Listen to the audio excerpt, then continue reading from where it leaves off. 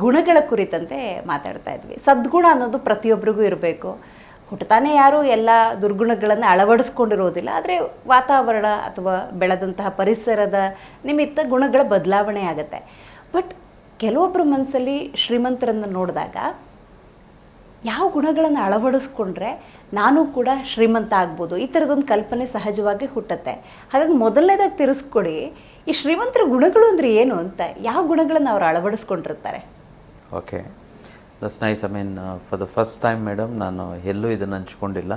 ಇದನ್ನು ನಿಮ್ಮ ಹತ್ರ ಶೇರ್ ಮಾಡಬೇಕು ಇವತ್ತು, ಎಲ್ರಿಗೂ ಗೊತ್ತಾಗಬೇಕು. ಪ್ರಪಂಚದಲ್ಲಿ ಕೆಲವು ಪಂಗಡಗಳು ತುಂಬ ಶ್ರೀಮಂತರು ಮೇಡಮ್. ಈಗ ವಿಶೇಷವಾಗಿ ಈಗ ನಾವು ಭಾರತ ಅಂತಂದರೆ ತುಂಬ ಜನಕ್ಕೆ ಗೊತ್ತಿರುತ್ತೆ, ಶ್ರೀಮಂತರು ಯಾರು ಅಂತಂದರೆ ಮಾರ್ವಾಡಿಗಳು ಅಂತ ಹೇಳ್ತಾರೆ. ಸಹಜವಾಗಿ ಐ ಮೀನ್ ಅವ್ರು ಬಿಸ್ನೆಸ್ ಮಾಡ್ತಾರೆ, ದುಡ್ಡಿದೆ ಅಂತೆಲ್ಲ ಹೇಳ್ತಾರೆ. ಈಗ ಇಡೀ ವರ್ಲ್ಡ್ಗೆ ತೆಗೆದುಕೊಂಡ್ರೆ ಎಂಟೈರ್ ವರ್ಲ್ಡ್ ಇಂಟು ಕಂಪ್ಯಾರಿಸನ್ ಯಾರು ಶ್ರೀಮಂತರು ಅಂತ ನಿಮ್ಗೆ ಗೊತ್ತಿದೆಯಾ? ಎಷ್ಟು ಚಿಕ್ಕ ಪಂಗಡ ಅಂತಂದರೆ ಅವರು they make a lot of noise. ಈಗ ನಾನು ನಿಮ್ಗೆ ಹೇಳಿದ್ರೆ ನಿಮ್ಗೆ ಗೊತ್ತಾಗ್ಬಿಡುತ್ತೆ. ಫೇಸ್ಬುಕ್ ಯೂಸ್ ಮಾಡ್ತೀರಾ ನೀವು? ಅದ್ರ ಓನರ್ ಯಾರು ಗೊತ್ತಾ? Mark Zuckerberg. ಅವರು ಯಾವ ಒಂದು ಪಂಗಡಕ್ಕೆ ಸೇರಿದವರು ಅಂತ ಗೊತ್ತಿದೆಯಾ? ಓಕೆ, ಎನಿವೆ ಓರಕಲ್ ಫೌಂಡರ್ ಯಾರು ಗೊತ್ತಾ ನಿಮಗೆ?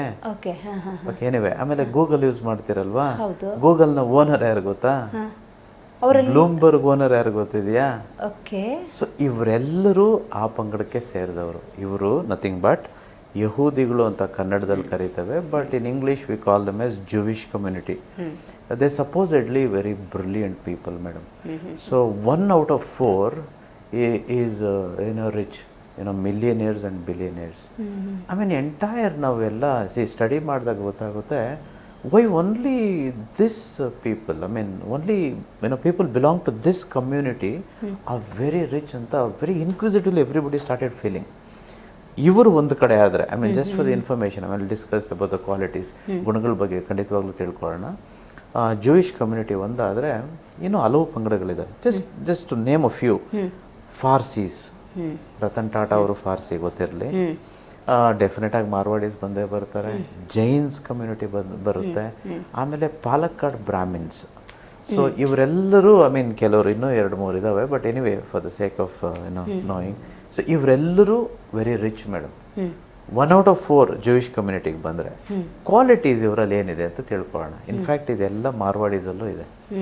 First quality of this I mean segment of people is they don't blame others. They don't blame others. So ಅವರು ಯಾವತ್ತೂ ಯಾವುದೇ ಒಂದು ಸನ್ನಿವೇಶ ಬರಲಿ, ಯಾವುದೇ ಪರಿಸ್ಥಿತಿ ಬರಲಿ, ಏನೇ ಆಗಿರಲಿ, they just accept it. I mean as if it is there's.